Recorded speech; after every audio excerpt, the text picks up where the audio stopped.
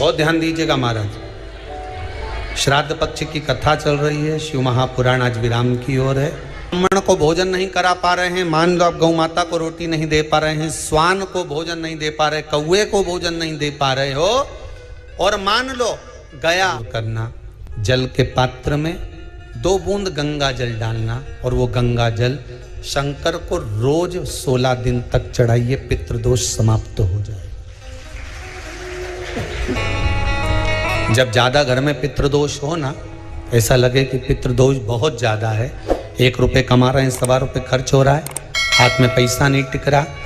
दुकान 4 दिन अच्छी चल रही है, फिर व्यापार डाउन हो जाता है, कोई पैसा लेकर भग गया, नहीं दे रहा, कहीं कर्जा मात्रा बढ़ गई है, ये पितृदोष के लक्षण है। माता को श्राद्ध पक्ष में अगर भोजन दे रहे हो तो गाय का मुख अगर दक्षिण का है, गाय का, आपका मुख भले उत्तर का हो, गाय का मुख दक्षिण का हो, आपका मुख भले पूरा पश्चिम कहीं का, गाय का मुख अगर दक्षिण में है, अगर आपने दक्षिण में गाय को खड़ी कर रखा है और दक्षिण में उसका मुख और आप भोजन दे रहे हो, तो शास्त्र कहता है कि किसी पिंड की जरूरत नहीं पड़ती, गाय स्वतः कल्याण कर देती है, गौ माता स्वतः कल्याण कर। आपको कभी कभी लगे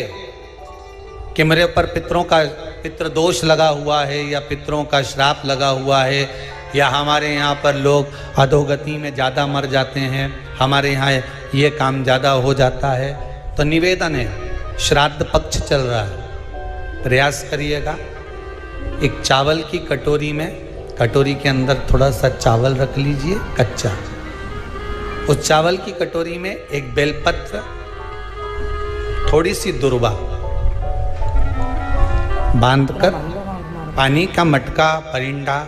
या जहां अपना रसोई घर में जल रखते हो, उस कटोरी को वहां पर 2 दिन 3 दिन तक रख दो। वैसे तो 16 दिन रखो ज़्यादा अच्छा था, पर जो दिन अपने को मालूम है 2-3 दिन उसको रख दीजिए, घी का दिया लगाइए। 3 दिन के बाद में उस दुर्वा को, उस बेलपत्र को शिव बाबा को समर्पित कर दो। चावल पूरे घर में घुमाने के बाद चिड़िया को या नदी में या किसी जीव को प्रदान कर दो। महाराज, पितृदोष के निवारण का सुंदर तरीका, कल आपको वो काम नहीं हो रहा है, बहुत दिनों से आप प्रयास कर रहे हो और काम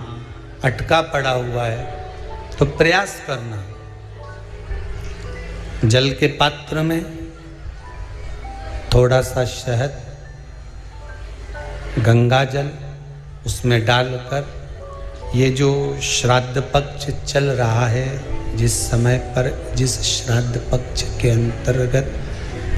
श्राद्ध पक्ष में एक पात्र में जल लेकर उसमें थोड़ा सा शहद, गंगा जल डालकर भगवान शंकर को कुंदकेश्वर महादेव के नाम से, कौन से महादेव? कुंदकेश्वर, क्योंकि विदल और उत्पल, इन दोनों असुरों ने, राक्षसों ने जब बहुत उपद्रव मचाया, अब ठीक है, जब बहुत उपद्रव मचाया, तब माता जगतजननी के कहने पर कुंदुक का प्रहार कर कर इन दोनों राक्षसों का संहार करा था, तो शिवजी का नाम कुंदकेश्वर पड़ गया था। क्या नाम पड़ा था? कुंदकेश्वर। कहते हैं बहुत बांधाओं में जब व्यक्ति पड़ जाता है, बहुत बांधाओं में जब व्यक्ति चला जाता है, कुछ ना कुछ समस्याओं में जब व्यक्ति फंसा रहता है, पड़ा रहता है, तो कुंदकेश्वर महादेव का स्मरण करना चाहिए।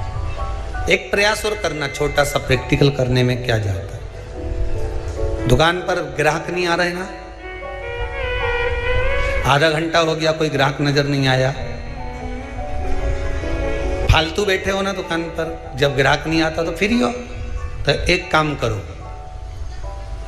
कोई भी जरा सा हाथ में पानी लेकर कुंदकेश्वर महादेव के नाम से 51 बार, 21 बार बोलकर, 11 बार बोलकर वो पानी को दरवाजे पे छीट दो। आधा घंटा